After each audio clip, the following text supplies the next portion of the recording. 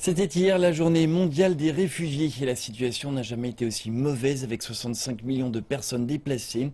Le monde peine à faire face à la pire crise humanitaire depuis la Seconde Guerre mondiale. Les réfugiés eux-mêmes sont confrontés à des situations difficiles dans les pays qui les accueillent. Partons en Turquie, le pays qui accueille le plus grand nombre de réfugiés. Cette année est une année de souffrance pour les millions de réfugiés qui cherchent l'asile loin de leur pays. En haut de la liste des pays d'origine des réfugiés figure la Syrie, qui est entrée dans sa 6e année de conflit, suivie par l'Afghanistan et la Somalie. Le Haut Commissariat des réfugiés indique que le nombre de réfugiés a dépassé les 65 millions. Le président du premier pays en matière d'accueil de réfugiés, Tayyip Erdogan, appelle à un monde plus juste. Travaillons ensemble pour un nouveau monde qui placerait l'humanité au centre, où il existe bonté et justice.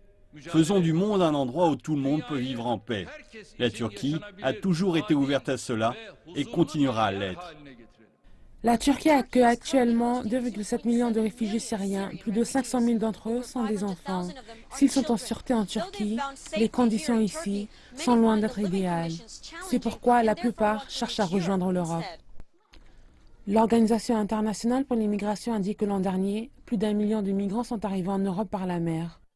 L'accord Union européenne-Turquie est remis en cause et pourtant les responsables turcs affirment que leur pays joue son rôle pour empêcher les réfugiés de se rendre dans les îles grecques via les côtes turques. En raison de l'action de la Turquie et conformément à l'accord 1 contre 1, le nombre de personnes traversant a énormément chuté, passant de plusieurs milliers à quelques dizaines. Cela montre ce que sont capables de faire la Turquie et l'Union européenne quand elles coopèrent. Nous ne sommes peut-être pas membres de l'UE, mais au cours de notre histoire, notre pays a toujours été une puissance européenne.